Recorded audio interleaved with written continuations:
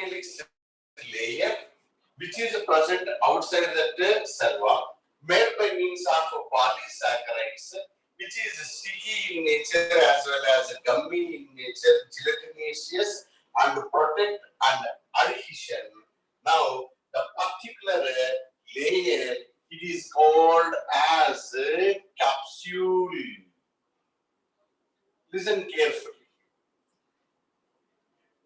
Up to this one statement. What is the statement? A polysaccharide layer having little amount of proteins or amino acid, which is present outside this cell wall.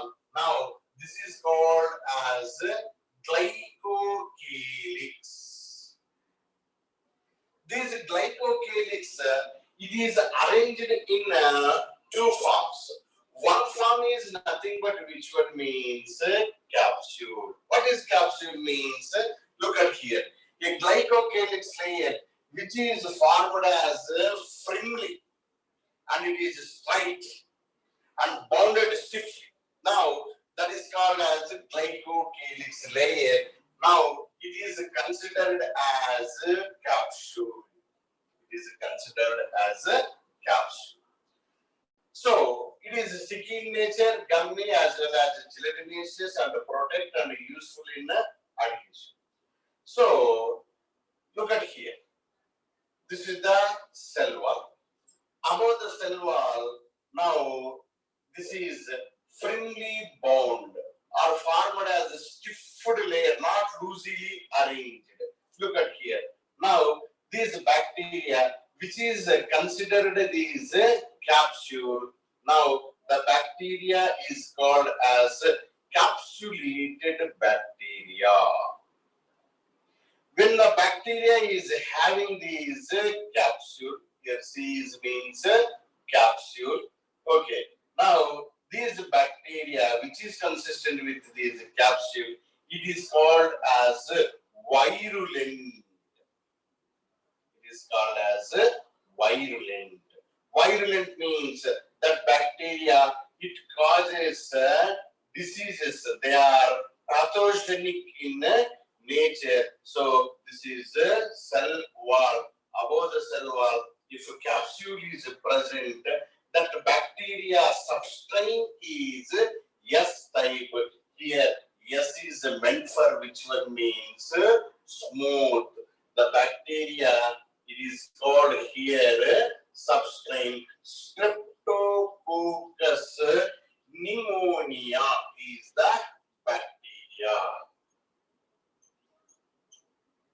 So glycocalyx layer, first statement, listen carefully, don't confuse here. A layer which is present outside the cell wall made by means of polysaccharides and amino acid is called as the glycocalyx.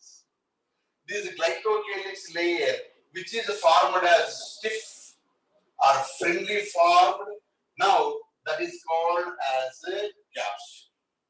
If the capsule is present, it causes diseases.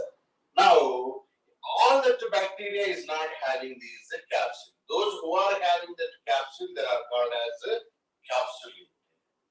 And as well as they are causing the diseases, hence they are called as virulent. Virulent means which is having a poison in nature. Now, one of the bacteria, Streptococcus pneumonia bacteria, here two kinds of strains is present, which is having the capsule. That Streptococcus pneumonia is called as S type. S type means that is smooth in nature, that is consistent with the capsule. Whereas in the Streptococcus pneumonia bacteria, another strain is present. It is also coccus. Coccus means round in shape. That strain, it is not having that capsule. Now this is the wavy nature. It is indicates absence of foam capsule. That strain cannot cause the disease. Hence, it is called as a virulent bacteria, or otherwise it is called as non-pathogenic in nature. Simply, it is called as R type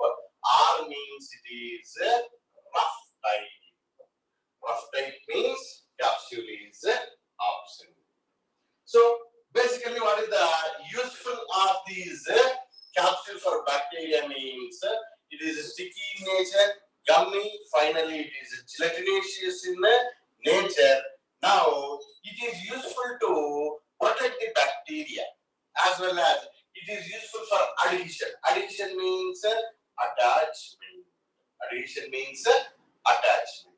At the same time, it to protect the bacteria against which one means host immunosystem. For example, you think so. This is okay. A bacteria. Now you think so. This is the red chart is a capsule. Okay. Now it is entered into our body. At the moment in our immunity system, T lymphocytic cells to produce glycoprotein to kill these bacteria. To kill these bacteria. So this is actually the bacterial killing region. This is that was, for example. Now it is N1 approved by these, which one glycocalyx means capsule is present. It means if a capsule is present, the bacteria it will be hide from the immune system. For example, these are all the antibodies. These antibodies try to kill these bacteria, but it cannot show that clear structure towards these antibodies. That's why what is the statement here? Due to the presence of these capsule, now these bacteria itself act as hiding nature against the function of antibodies. Means for the host system, it makes a game, mental game, or otherwise it will be protect itself from these host system. So these are the points regarding of which one a glycocalyx layer, which is made by means of polysaccharide and amino acids. If you are firmly bound, you are a capsule. Sometimes what happened means, okay, now earlier you are capsule, now the red chart. Okay, look at here. Now I am going to show these glycocalyx. Now the glycocalyx layer, okay, sometimes it is formed as loose sheath manner. It is loosely arranged. I am showing that wavy nature. Outside the layer is called glycocalyx. If you are straight and stiff, what is your name? Capsule. Outside the layer is glycocalyx. If you are loosely arranged, now that layer is called as a smooth layer. The layer is called as a smooth layer. What is the nature of this smooth layer? Same thing, don't confuse here. You are nothing but glycocalyx. You are also made by means of polysaccharides and some amount of proteins. Okay. Now, you are arranged in which fashion? Loosely you are arranged. You can protect that bacterial cell against loss of water, and it protect that bacteria against the loss of nutrients. Means they are helpful in desiccation. Desiccation means loss of water.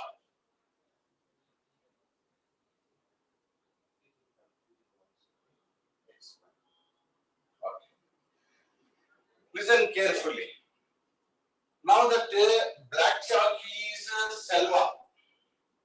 Above the cell wall, a layer is present. That is called as a glycocalyx layer. This glycocalyx layer, look at here, this is the bacteria. Now I am showing the glycocalyx layer. Now, the glycocalyx layer, which is formed as firmly bounded and stiff. Now, your name is called as a capsule. Okay.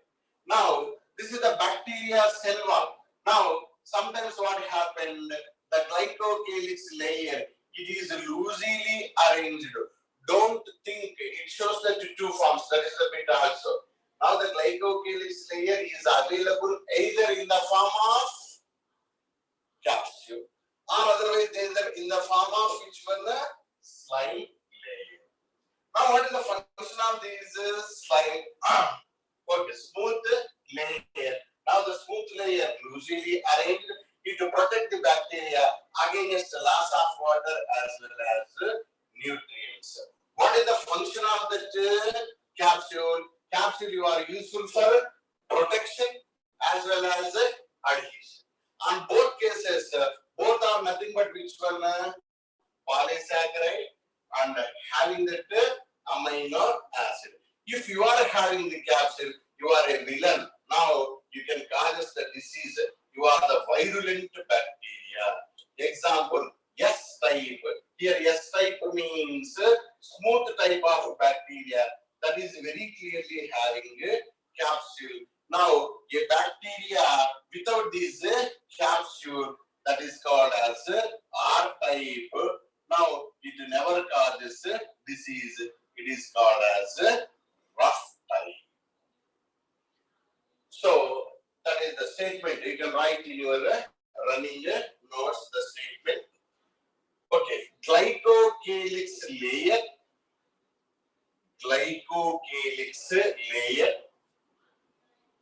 is formed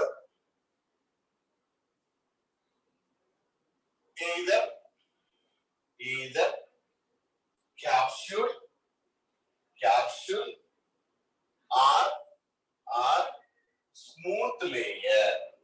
or smooth layer. A bacteria never consistent. There are two forms of that glycocalyx. Either this or that is present. Okay. Next. So just now we were completed the two parts in cell envelope. In the cell envelope, the outermost part, that is glycocalyx, which is followed by inner to this glycocalyx, which is present, cell wall is present. Inner to that cell wall, the third layer, that is plasma membrane. So they will arrange here also arrangement of the layers, inside to outside, outside to inside. You have to be remember glycocalyx followed by the cell wall and as well as plasma membrane. So cell wall inside who is present? Plasma membrane. Outside who is present? Glycocalyx. Now and once again recall that glycocalyx.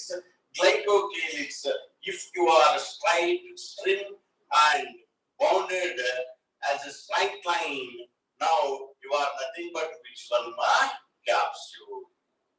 Glycocalyx layer, if you are arranged loosely fashion, you are called as smooth layer. Glycocapsule, what is your duty? Now I used to protect as well as I used to helpful in attachment, that is adhesion. Now the smooth layer, it is useful to protect the bacteria against the loss of nutrients as well as water. They protect the loss of which one? Nutrients and water.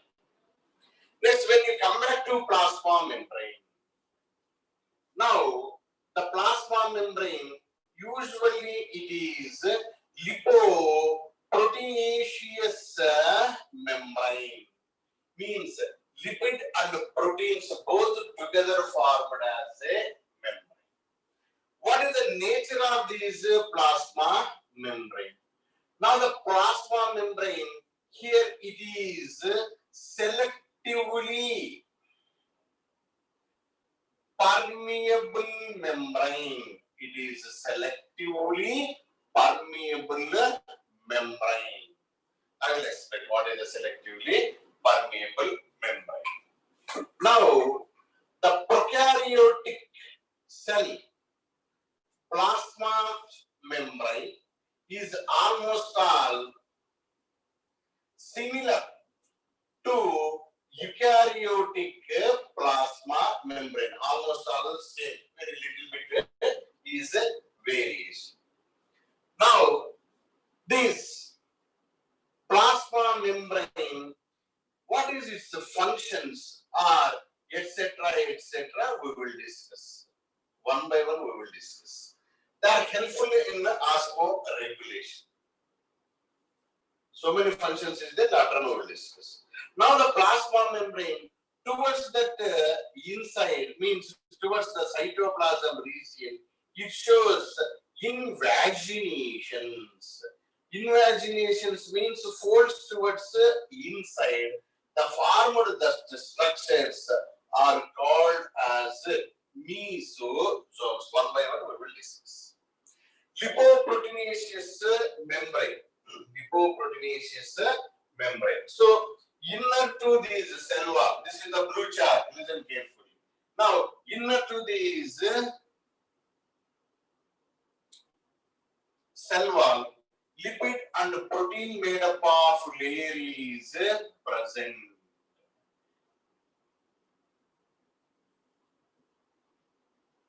Now this is the layer is called as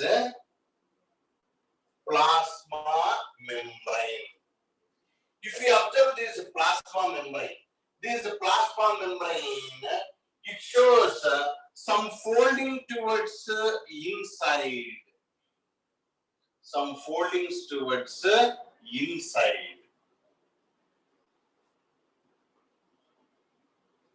Now, the foldings.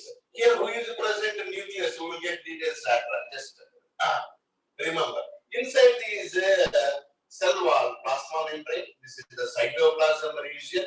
Now, the foldings are here called as mesosomes. Mesosomes. Other than that mesosomes, what is the characteristic of these plasma membrane? Look at here. Plasma membrane, it is very clearly formed as V. V means here, the plasma membrane, it formed as round shaped structures. They are called as vesicles. Now the plasma membrane, it is also formed as tubular structures. Now they are formed as tubules.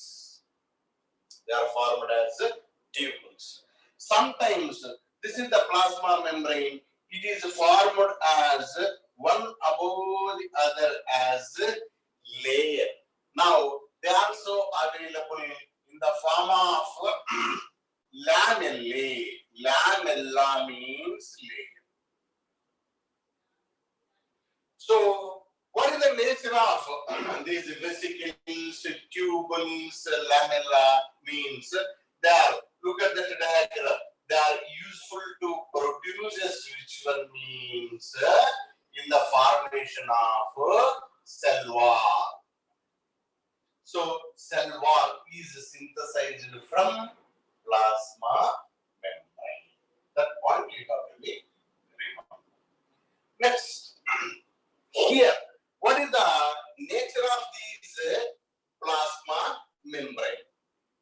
Plasma membrane nature, it is selectively permeable membrane. Here, permeable membrane. Membranes are various types. Okay. For example, we know solvent. What is the solvent usually? Water is a solvent. The substance which allows to dissolve it is called as a solvent. The substance which undergoes to dissolve is called as a solute. So, for example, a solvent is there as well as a solute is there. Now, for example, solute, for example, I would like to write sodium. So, it is a membrane. A membrane which allows solvent as well as solutes. Now, that membrane is called as permeable membrane. Permeable membrane. The best example for the permeable membrane is cell wall. So, cell wall, the black sac, it welcomes water as well as solutes. Okay, that is permeable membrane. Sometimes, what happened? A membrane is there. It allows only water molecules. Now, that is called as semi-permeable membrane. If you observe our egg, inside that egg, a white color membrane is present inside that egg. That membrane, okay, for example, you think so, this is the egg membrane. If you pour that water, if you pour that solutes, only it allows to diffuse from outside to inside, allows only salt. Now, that is called as semi-permeable membrane. Semi-permeable membrane allows to diffuse only the water molecules. Selectively permeable membrane. Okay. For example, look at here. What is the selectively permeable membrane? Plasma membrane. Look at here. Now, directly through these plasma membrane, who will be enter water. But outside, now you think so, sodium ions is there, 10 is there. Calcium ions is there. Okay. Now they also 100 is there. Okay, this is the cell membrane. But inside this cytoplasm region, CP means cytoplasm region. Now, already here, 100 sodium ions is there. Only one calcium ion is there. So, at that moment, what happened? These are the 100 sodium ions which is present in the cytoplasm region. They are sufficient for metabolic system. But what happened?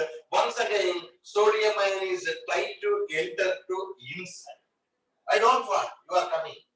So at that moment, what happened? Your entry is restricted by the presence of some special kind of carrier proteins. Now, on this plasma membrane, some special kind of proteins are present. They are called as carrier proteins. Through these carrier proteins, if you are really required, it allows. I don't want here which one, sodium ion. This carrier protein cannot allow. But here, only one calcium ion is there. Now I want. So at least what happened? A 50 calcium ions will be entered. Means entry and exit of ions will be takes place selectively. Okay? Selectively. For example, if function is going on, okay, I am the organizer, okay, I am the in charge to do the refresher day party. Out of 100 members is there, I want 10 boys and 10 girls. In what way I have to select? So those who are active, first I will take that conclusion. So at the moment between you and me, rapport is, if any person is not properly doing the work, yes, hello, you can go that, I will allow that new volunteer. Mean entry and exit of ions inside to outside the cell, outside to inside the cell is selectively takes place by the presence of some special kind of proteins, carrier proteins. Hence, the plasma membrane, it is concluded as selectively permeable membrane. So that is the nature of plasma membrane. What is the use of these mesosomes? Just now I was explained. In the bacterial cell structure, now the plasma membrane, it shows infolds which are exactly just like a finger. Now they are called as mesosomes. So inside this cytoplasm, we know all the cell organelles are absent. Golgi complex is absent. Endoplasm reticulum is absent, mitochondria is absent, lysosomes is absent. Only one is present. What is that? Lateral disease. Now here, every organism should be respired. They are nothing but called as aerobic organisms, which cannot, depending on these oxygen, now they are called as anaerobes. Now, what is the function of the mitochondria? Mitochondria, you are responsible for which process means respiration. During respiration, the gas which is intake is inhaling is oxygen. Liberated one is carbon dioxide. So, mesosomes is responsible for respiration. The function of the mitochondria is replaced by mesosomes. At the same time, they are also helpful in secretion. So, secretion, respiration is carried out by mesosomes. Look at here. You are the plasma membrane. Look at here. Now, in what way you are arranged? Plasma membrane. Okay, you will be formed as vesicles. V for vesicles. Plasma membrane, you are formed as okay. T. T means tubules. Plasma membrane, you are formed as layers, lamella. Now, this is the plasma membrane. Now, up to this one, you can measure, for example, it is 10 microns. Okay, for your understanding simply, I will take that measurement in centimeters. It is 10 centimeters inside. Whenever it shows all these things, whenever it will become as expanded in nature. Now, that plasma membrane, whenever it will be expanded. Earlierly you are vesicle, now you are striate. So, whenever the plasma membrane is not showing all these things, which is expanded at that moment, its absorption area is more through these absorption area means entry and exit of ions through this plasma membrane. Now you think so? This is my hand. If I fold like this, now it is a plasma membrane shows folding. Now that centimeter is 10 centimeter. If it will be unfold, now the expanded area is more.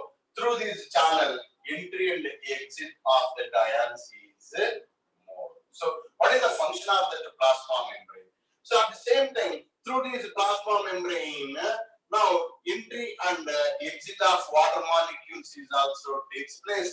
Now, the process is called as which process? Osmoregulation process. What is osmosis? Momentum of water. Momentum of water from which region to which region? Low concentration to high concentration through these semi-permeable membrane that is called as osmosis. Entry and exit of water molecules. So, that is about these plasma membrane. Still, some more one important point is this, that is also, let us discuss. I recall that entire points in plasma membrane. These three layers together called as cell envelope. Plasma membrane. It is liquid and proteins made up of layer. Lipoproteinaceous layer. Present inner to cell. Present inner to cell. Now, this plasma membrane, it shows some invaginations towards these cytoplasm. These are called as mesosomes. What is the function of the mesosomes? I am responsible for respiration. I am responsible for secretion. I am also responsible. We'll discuss in a different way. It will come. Now, this plasma membrane, it is arranged as vesicles, tubules, and lamella. Now, these are useful for the synthesis of which one? Cell wall. This plasma membrane, whenever it not shows these things, it will be expanded. Now, it is considered as selectively permeable membrane. So, direct entry. For example, in the campus is there. Now, anyone will be restricted to the principal movement in the campus? No. Is the pass, he can roam like anything in the campus. For example, a master is there. Okay, we never generally post in the principal room. Or frequently, if necessary is there, we will enter. Otherwise, we are in staff. So now the door between the principal room or otherwise outside the campus exposure. Now the door is here, which one means selectively permeable membrane. So that ions exchange will be carried through that special kind of carrier proteins. So that is about that plasma membrane. Now it is also helpful in DNA replication process. DNA replication process. Now it is responsible for the formation of binary fission. Binary fission. What is the meaning of binary fission? Now you think so. This is the bacteria cell. Once you are divided, we will get how many bacteria cells is formed.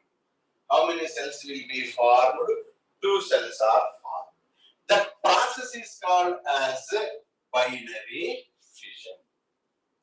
Look at here. How the binary fission is takes place. Tomorrow we will discuss about the numericals in a binary fission. Now you can take, this is the bacteria. Okay. Now look at here. This is their nucleus. Now the nucleus is not having that nuclear membrane. Okay. So first, when binary fission is start, now the cell is enlarged its size. This is a cell wall. Okay, we know. Beneath the cell wall, who is present? Tomorrow I recall this once again. Just before that one, take the introductory part. Who is this blue chart? Plasma membrane. Okay. Now, initially, okay, now this is the plasma membrane. When binary fission takes place, initially the cell size is enlarged. This is the nucleus. Next, what happened initially? The division of the nucleus, which takes place initially, that is called as karyokinesis. Now, in this cell,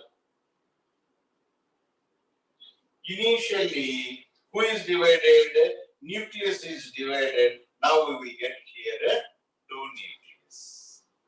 Okay. After the division of the nucleus, which should be divided means cytoplasm should be divided. How the cytoplasm is divided? Look at here. Now this blue chart is cytoplasm. Now you are the mesosome. Okay, plasma membrane. You are showing the mesosome. Now this is the mesosome layer. It is growing towards which one means center, centripetally. Now it is going towards that center, centripetally. Now here 2 bacteria cell. Now it is having which one? Nucleus. Now every bacteria cell is having their own nucleus as well as own cytoplasm. Initially 1 cell. It is divided and gives rise to 2 cells. Now the process is binary fission. Tomorrow I will recall, we will solve some problems here. Now, time taken for to complete these binary fission for bacteria, 18 to 20 minutes. So here, who is responsible for the division of the cytoplasm? Look at here. Now this is the cytoplasm region. Now here, who is present? Mesosome. This mesosome is growing towards center. Now this is the mesosome region. Now it is growing towards center. Centripetally it is growing. Cytoplasm exactly will become off. Before that one already who are divided? nucleus is divided. This process is binary fission. So plasma membrane plays a great role. You are useful in entry and exit of the ions, and as well as the osmoregulation process. You are having the mesosomes responsible for respiration and secretion. You are helpful for the bacteria in binary fission. Tomorrow I recall that entire binary fission, and we will discuss once the bacteria cell is divided. Okay, it gives rise to two cells at every time, and some numericals is there, and it is also a kind of amitosis process. Amitosis process. What is the amitosis process and mitosis process? In mitosis process also, once the cell is divided, we will get two cells. Sorry, in the binary fission also, once the cell is divided, we will get two cells. What is the differentiation? That tomorrow we will discuss.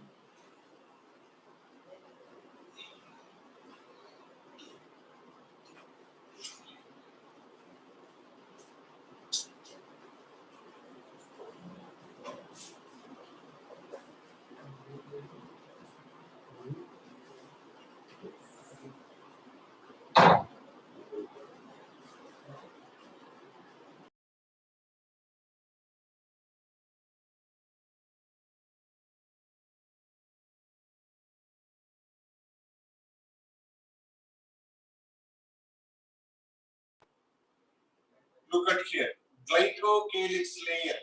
It is a polysaccharide layer. If the polysaccharide layer, okay, this is the bacteria. Around is the bacteria cell wall. If it is very strong, hard, as well as stiffly present, now the glycocalyx name is called as capsule. Don't confuse here. Now, around is bacteria. Now, the glycocalyx layer, which is arranged just like loosey fashion.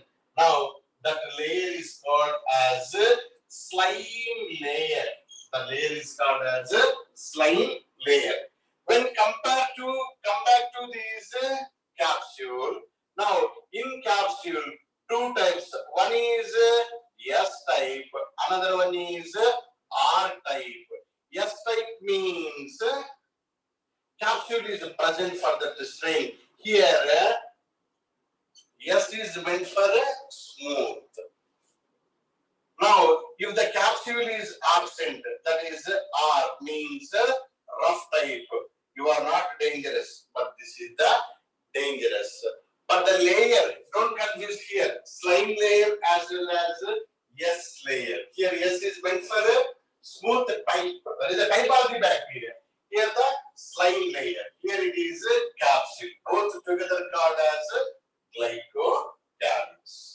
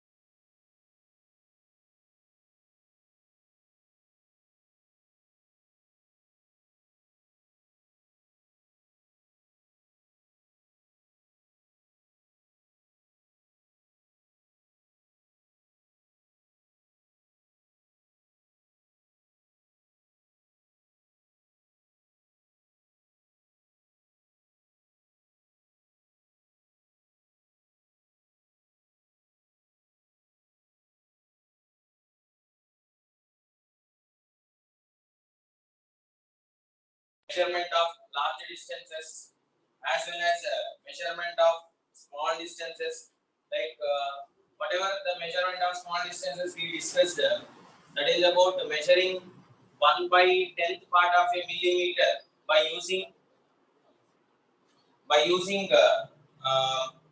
an instrument known as vernier calipers, or else if you wanted to measure 1 by 100th part of a millimeter by using one more instrument known as screw gauge, and then we discussed about the principles as well as least counts of the respective instruments. Now, here we are going to discuss about errors concept.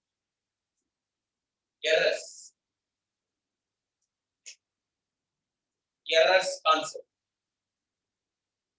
So generally, what do you mean by error? Error. Nothing but, suppose let us say you might be good at the concept of simple pendulum. So simple pendulum means it is provided with a string and a bob is suspended. In particular, if we are going to define simple pendulum, the standard definition of simple pendulum is a massless bob suspended to a torsionless string. So this we will come to know what do you mean by massless bob and what is a torsionless string. That and all comes under like a simple harmonic motion when we are studying, that we will come across. But just here, this is what the simple pendulum means according to our knowledge. See, we have a formula. Time period of simple pendulum is given by T is equal to 2 pi root L by G, where L represents length of the pendulum,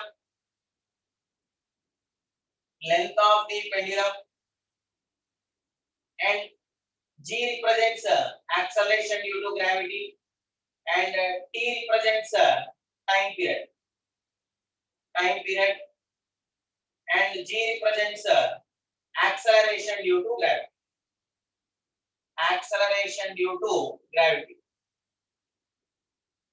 So most of us, we know that the value of acceleration due to gravity. Suppose if I am taking this formula, I wanted to write the formula for G, so that let us consider the value of T square, which is equal to 4 pi square L by G, whereas G is equal to 4 pi square L by T square. This is the formula for calculation of small g, that is acceleration due to gravity, by using the simple pendulum. Now, I am performing the experiment so that finally I am getting the value of small g as something. Let us say g is equal to 9.5 meter per second square. See, this is the value obtained by me after performing the experiment by using simple pendulum. So can I consider that is exact value of small g? Can I consider 9.5 is exact value of small g? No, because we know that the value of acceleration due to gravity g is equal to 9.8 meter per second square. This is what the true value I should get. But what I had noticed is by performing the experiment, g is equal to 9.5 meter per second square. We are well sure that we cannot consider the obtained value itself as a true value. So this is to be called as a true value, and this is a observed value. So we can notice some part of uncertainty in the sense, nothing but in our common language, straightforward, these two values are definitely not equal. So whatever the difference we are observing in these two values, one is a true value or the same can be called as a actual value and observed value can be called as a error. It can be called as a error. That means the difference between true value and the observed value, or the same observed value also can be called as sometimes measured value. So the uncertainty in the measurement can be called as error, or else the same can be defined as, while you are calculating the error, just you can take the difference of true value and observed value, or else actual value and measured value. Okay, just write heading errors.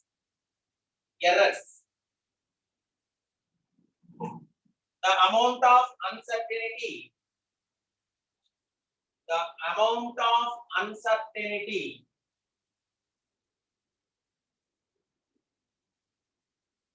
That is present in the measurement made. The amount of uncertainty that is present in the measurement made is said to be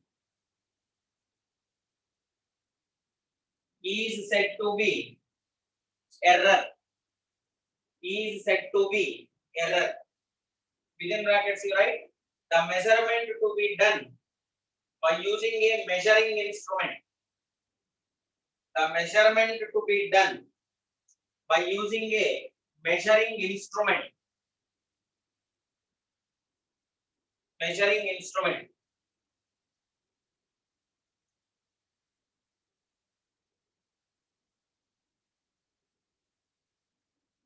Error is equal to the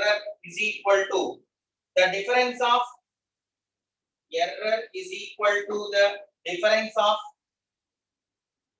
measured value and actual value. Error is equal to the difference of measured value and actual value. That is delta x is equal to true value differences actual value. True value differences actual value. So clearly we are telling that difference. See, according to our common knowledge, what do we mean by difference? This we are supposed to subtract one value from the other. That is what the difference means. See, I am telling that acceleration due to gravity is numerically equal to 9.8. This is true value. But when I am performing the experiment, I am getting 9.5. But still, one of my friend had executed the same experiment of simple pendulum for calculating this G value. It had been noticed that the G value, the value of G obtained by performing the experiment is, let us say, 10.8 meter per second square. When I performed the experiment, I noticed that it is 9.5. But to one of my friend, after performing the experiment, he got the value of G is equal to 10.8. Can we consider this 10.8 and 9.8 as same? Definitely not. Even in this case, there is an error of nearly 1 unit. Just take the difference. This is 10.8 and this is 9.8. Therefore, delta x is equal to, like when you are writing true value, in spite of differences, let us assume for a meanwhile minus, because difference means we know that it is nothing but subtraction. So true value is 9.8 minus 10.8. Now here I will be getting a negative value, that is minus 1 unit. Minus 1.0. So here what I want to convey is nothing but this error may be positive, may be negative. We are not very sure that always the observed value will be less than that of actual value. Sometimes we may get more than actual value. So if we are taking the formula and absolutely as true value minus actual value. In this case, we will be getting negative. Whereas in the previous case, we will be getting positive. That means error is not only positive, even it may be negative also. Just write a note point. Error may be either positive or negative. Error may be either positive or negative. See, we have a different type of errors. First one is known as systematic errors. Systematic errors. Second one is random errors. Systematic errors, random errors. Even we can study about gross errors, gross errors, gross errors, as well as least count errors. That can be written both with each other, gross errors and least count errors. Least count errors. See, among these three types, definitely we are supposed to be well versed with systematic errors and random errors.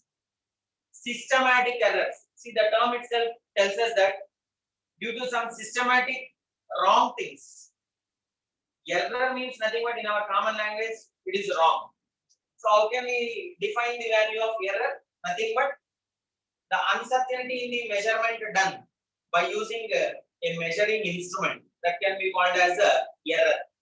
Or else the difference, numerically if you wanted to write the value of error, the difference of true value and actual value can be called as error.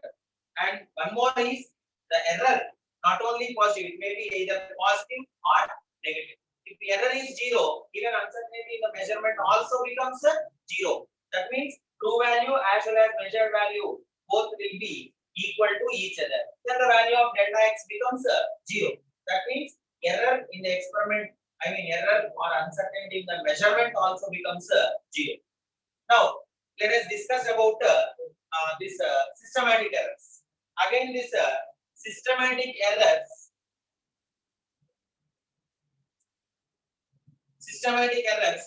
are further classified into different types. First one is instrumental errors. Instrumental errors. Second one is constant errors. Third one is environmental errors. Environmental errors. Fourth one is personal errors. Personal errors. And fifth one is imperfection. Imperfection. See here, error means nothing but uncertainty in the measurement based on the nature of the errors. They are broadly classified into three types, but basically these two are very important. First one is about systematic errors. Second one is about random errors. Now, again, the systematic errors. Systematic errors involves with all these type of errors.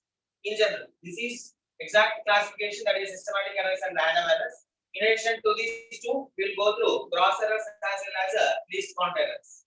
In particular, when you are taking systematic errors, again they are classified into different types. See, the involvement of these systematic errors is due to instrumental errors, or due to constant errors, or due to environmental errors, or due to personal errors, and the last one is imperfection.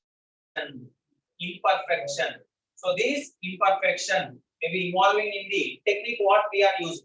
See, there we are using a simple pendulum to calculate the value of acceleration due to gravity. If you are choosing some other method, the error goes on either increasing or decreasing, because if we wanted to calculate the value of small g, we should choose an appropriate technique. So even though if the selection of technique means the process what we are using to calculate a given value is different, there will be some error that is called imperfection error. And one more is personal error. Personal error means the person or the experimenter who is performing the experiment may take the values in a random manner with some carelessness. Suppose, for example, in our day-to-day life, let us say the time is going to be 3:30 in the clock, it is shown. Now, when I am seeing this same clock, when I am observing from this side, I may feel that the time is just 3:29. As I am looking from this side, I feel that the minutes hand, whatever the hand showing minutes, is not showing exactly 30. So I may feel it is 3:29. Or else, suppose if I am observing the same from right hand side, I may feel that it is 3:31. Suppose if I am taking exactly parallel to my face, and when my view is parallel to the clock, I can see the exact time. So in a similar manner, the person who is performing the experiment, due to his carelessness, or else is the way how he or she is taking readings, may be accountable for this personal errors. One more is environmental errors. Environmental errors. Suppose let us say I am performing an experiment related to heat. See here, if loss of heat, usually when we are studying about heat transmission of heat can be done in three different methods, namely conduction, convection, and radiation. So whenever I am performing an experiment related to heat, suppose let us say I am heating a substance. Let us consider I am taking a copper calorimeter. In this water is filled. Let us say boiling water. Boiling water. Into this, I am going to introduce a metal sphere. A metal sphere. Or else, let us say instead of metal sphere, it will be easy to understand. Let us say I am placing an ice cube. So here, boiling water behaves as hot body, whereas ice cube behaves as a cold body. If you are good at the principle of calorimetry, heat lost by hot body is equal to heat gained by cold body. In the sense, strictly when I am speaking about this example, heat given by boiling water is to be taken alone by ice, whereas heat lost by boiling water is equal to heat gained by this ice cube. This is to be done exactly. But practically when we are performing the experiment, heat lost by the boiling water will be equal to heat gained by container as well as ice cube. Because it is present in a container. I hope you are following. See, when you are considering principle of calorimetry, heat lost by the hot body is equal to heat gained by the cold body. Here boiling water behaves as a hot body and ice behaves as a cold body. So whatever the heat lost by boiling water should be equal to heat gained by ice cube. But practically what happens, as this boiling water present in a calorimeter, that is metal container, heat lost by this boiling water, some part of that heat will be absorbed by the container. So this type of, suppose let us say the surroundings is with less temperature. Let us say the surroundings are cool when compared with this container. Some part of heat will be lost to the surroundings. Or else let us say if the surrounding is at higher temperature, this container as well as water as well as ice cube starts to absorb some heat. So these type of errors are due to environmental conditions, maybe like temperature, pressure, whatever the surrounding environment. The errors crept in the measurement of a given physical quantity due to environment can be called as environmental errors. Similarly, constant errors. Best example, let us take instruments like screw gauge and vernier calipers. Usually they will be with zero errors. zero errors. Zero errors. When you are repeatedly performing the experiment with a given particular instrument, the reading will be containing this standard value of zero errors. Let us say I am using a screw gauge of zero error +2. I am taking an object whose length is just let us say 10 units. 10 units. But here the zero error is +2 units. When I am measuring the length of the given object with a screw gauge, I mean thickness of the given object by using a screw gauge with +2 zero error, the reading whatever I am getting is nothing but 12 units. 12 units. Can I tell that 12 units is correct reading? Definitely not. What is the actual reading? Only 10 units. Even though I am performing the experiment repeatedly, I cannot eliminate this zero error because this is due to the instrument. As the instrument is with an error of +2 units, means whatever the actual value we are supposed to measure, we will be getting 2 units greater than that of actual value. So these type of errors can be called as constant errors. Constant errors. And even this instrumental errors. See here, the systematic errors means suppose if you are taking the same zero error, here there will be two different type of zero errors: positive zero error, negative zero error. See here, I am taking a positive zero error. That means whenever I am performing the experiment, I will be getting only positive zero error. Suppose if I am changing the instrument,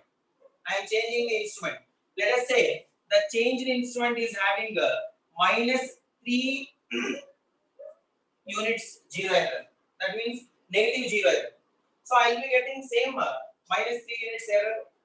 So these type of errors are all together falling under the class of systematic errors. So systematic errors of different types, namely instrumental errors, constant errors, environmental errors, personal errors, and imperfection errors. Why these are so called as systematic errors means when we are performing the experiment by attempting many more number of trials, we can reduce the error to some extent. We can reduce. See, in the previous example, we considered that the value of small g obtained due to the experiment is 9.5. If I am going to repeat the experiment, I can get a value of 9.6 or 9.7 something else. So it depends upon number of attempts or number of trials we are performing. As this type of errors, remember that error cannot be eliminated completely. It can be minimized. So how can we minimize that? By doing many more number of attempts. Means number of trials to be increased. Write down different type of errors. First one is systematic errors. Second one is random errors. Third one is gross errors and least count errors. Next, side heading instrumental errors. Errors due to imperfect design or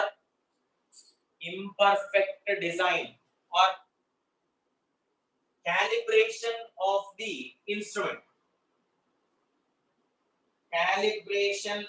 the instrument.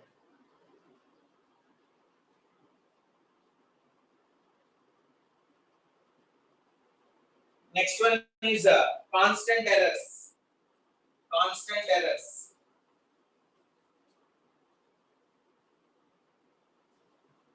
The result of series of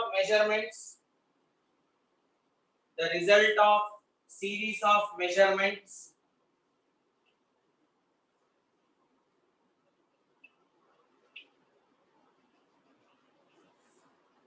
is by same amount is by same amount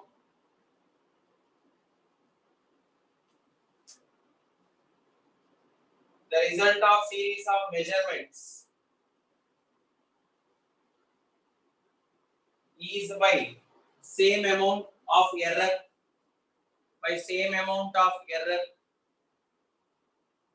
is said to be constant errors.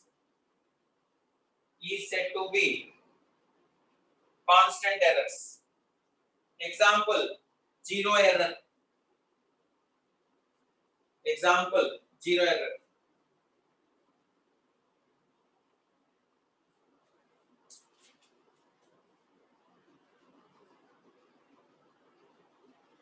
Next, errors arise due to external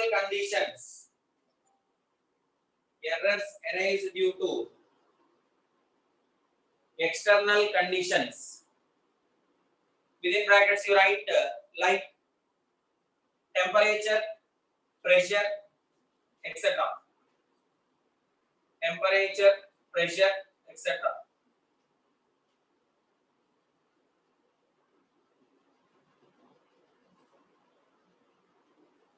Can be called as environmental errors.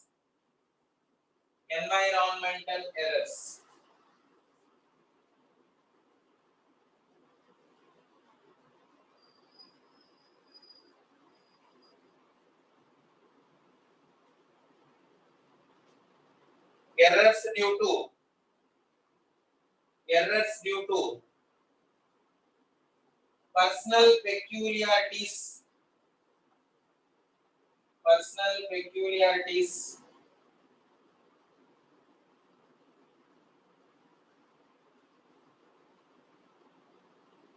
of the experimenter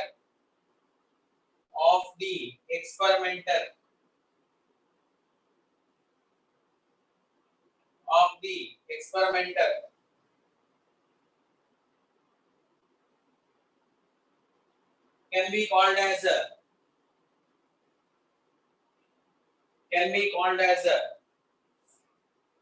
experimental errors. Sorry, personal errors.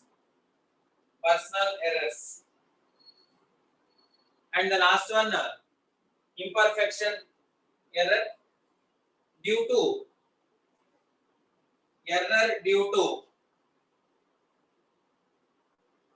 imperfection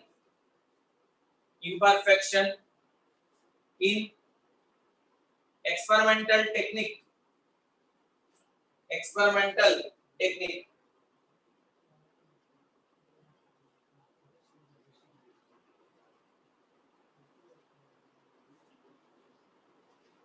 See, these systematic errors can be minimized as we are able to reduce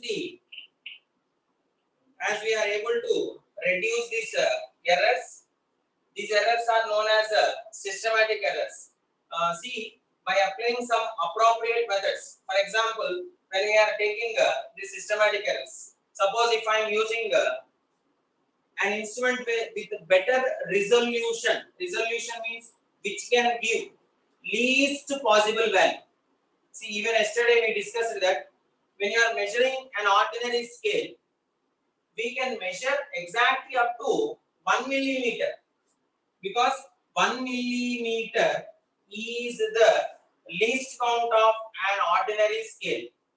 Suppose if we wanted to measure 1/10th part of a millimeter, I should proceed with the vernier calipers.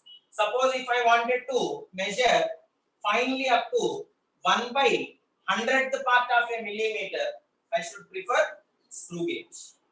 So if I am capable of using an instrument with better resolution, means which can give a hyperfine measurement, up to some extent the systematic errors can be minimized. Just write methods to minimize systematic errors.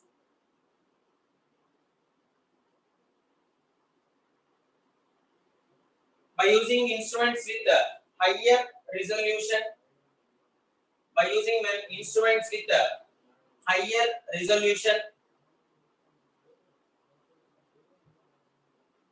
see, when you are observing the last one, imperfection error. Why this imperfection error is arising? Only due to the selection of experimental technique. See, what do you mean by imperfection error? Nothing but the method or the technique what we are using to determine a given value. So it will undergo some error. If and only if the technique what we are selecting is not very appropriate. So if we are able to choose a very appropriate method for the determination of a given numerical value or else given physical constant, these imperfection errors can be reduced. Remember that error can be minimized or reduced, but it cannot be eliminated or it cannot be made zero completely. Okay. So right, next point, errors, systematic errors can be minimized. Systematic errors can be minimized by improving the experimental technique.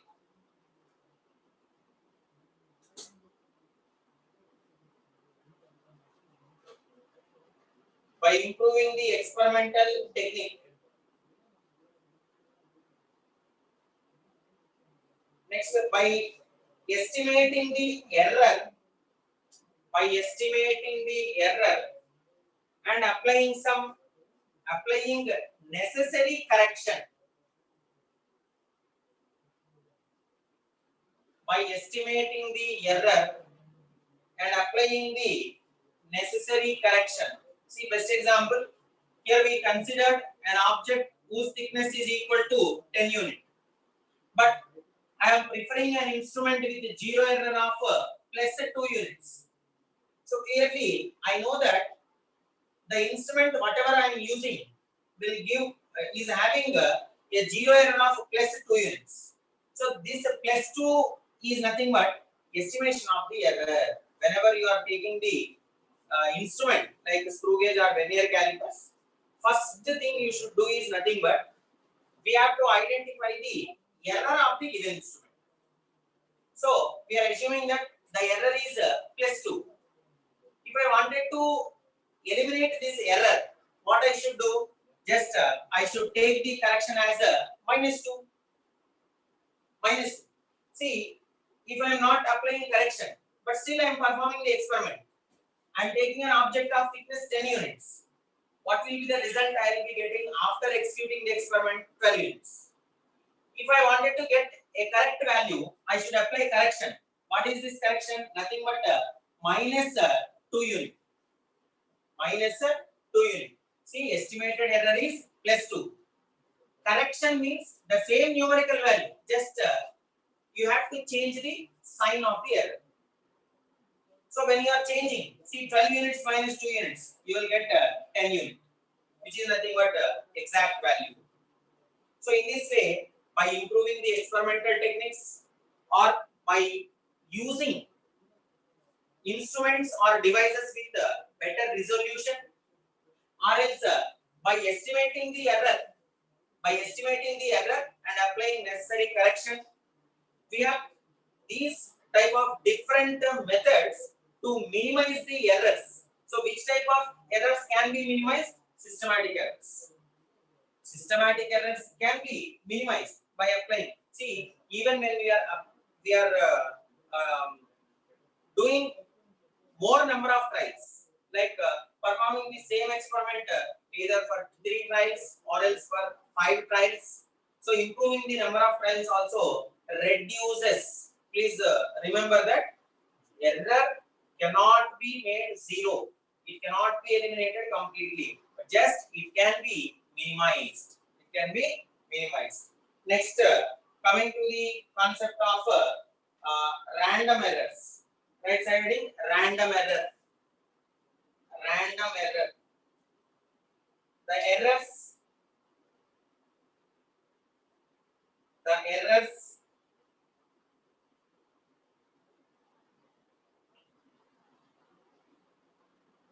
which are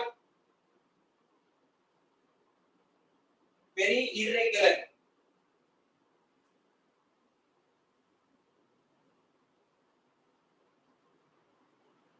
Which are very irregular and whose cause is not known and whose cause is not known.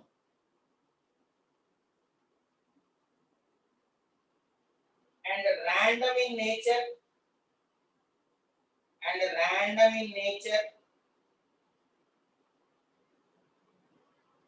in their sign and size. In their sign and size.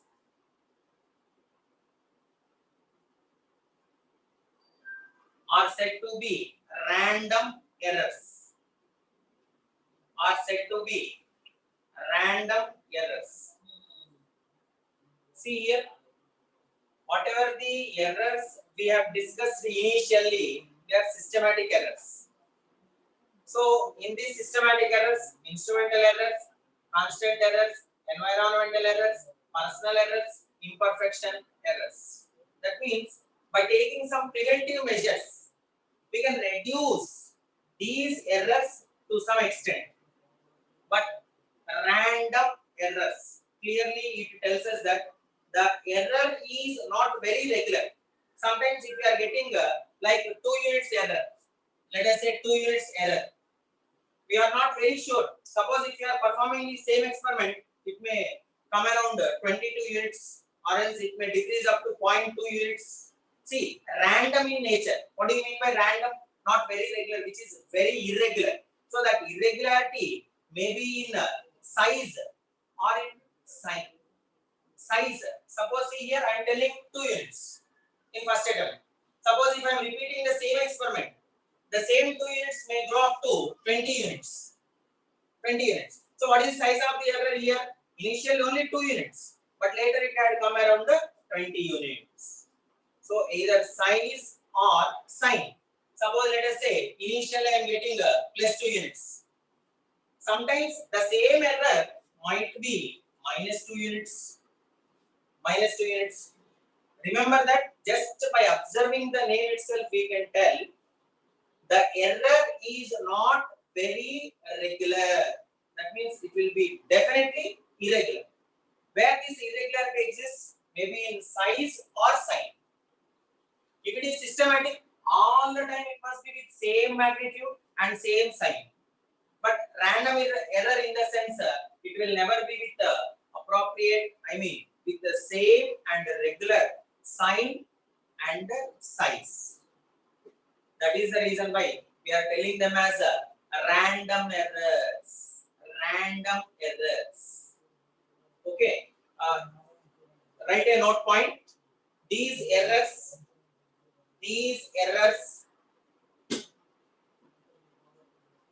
are like due to variations or fluctuations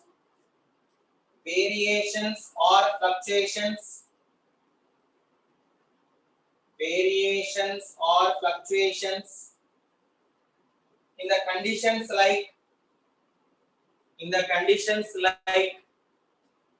temperature, pressure, voltage,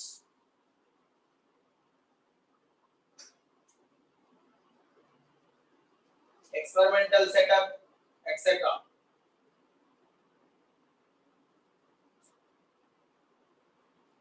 etc. Just here, remember one more point that there will be no error which falls alone under either this systematic or alone under random errors. Means when you are taking a measurement, we cannot tell alone it is involving with the systematic errors or else alone it involves with the random errors. That means when you are taking a particular measurement, it involves both with the systematic errors as well as random errors. I hope you are getting my point. Here, no measurement will be with a specific error. Whatever the measurement we are taking, that will never be alone with a specific error. It will be combination, means whatever the error existing in the measurement will be a combination of both the systematic error as well as the random error. Okay, write the same note point. Most of the measurements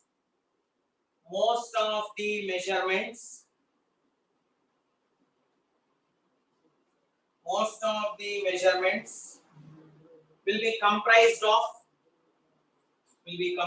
of both systematic and random errors. Both systematic and random errors.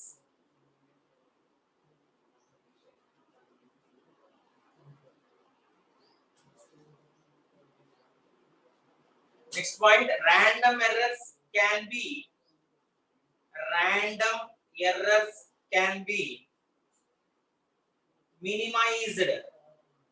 minimized by taking some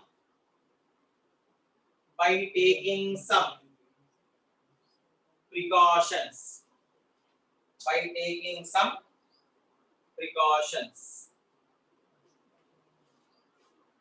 Okay, so this is about classification of errors. In the coming session, we'll proceed with the same concept of errors. Like, see, we have written a formula for calculation of error, that is actual value, measured value.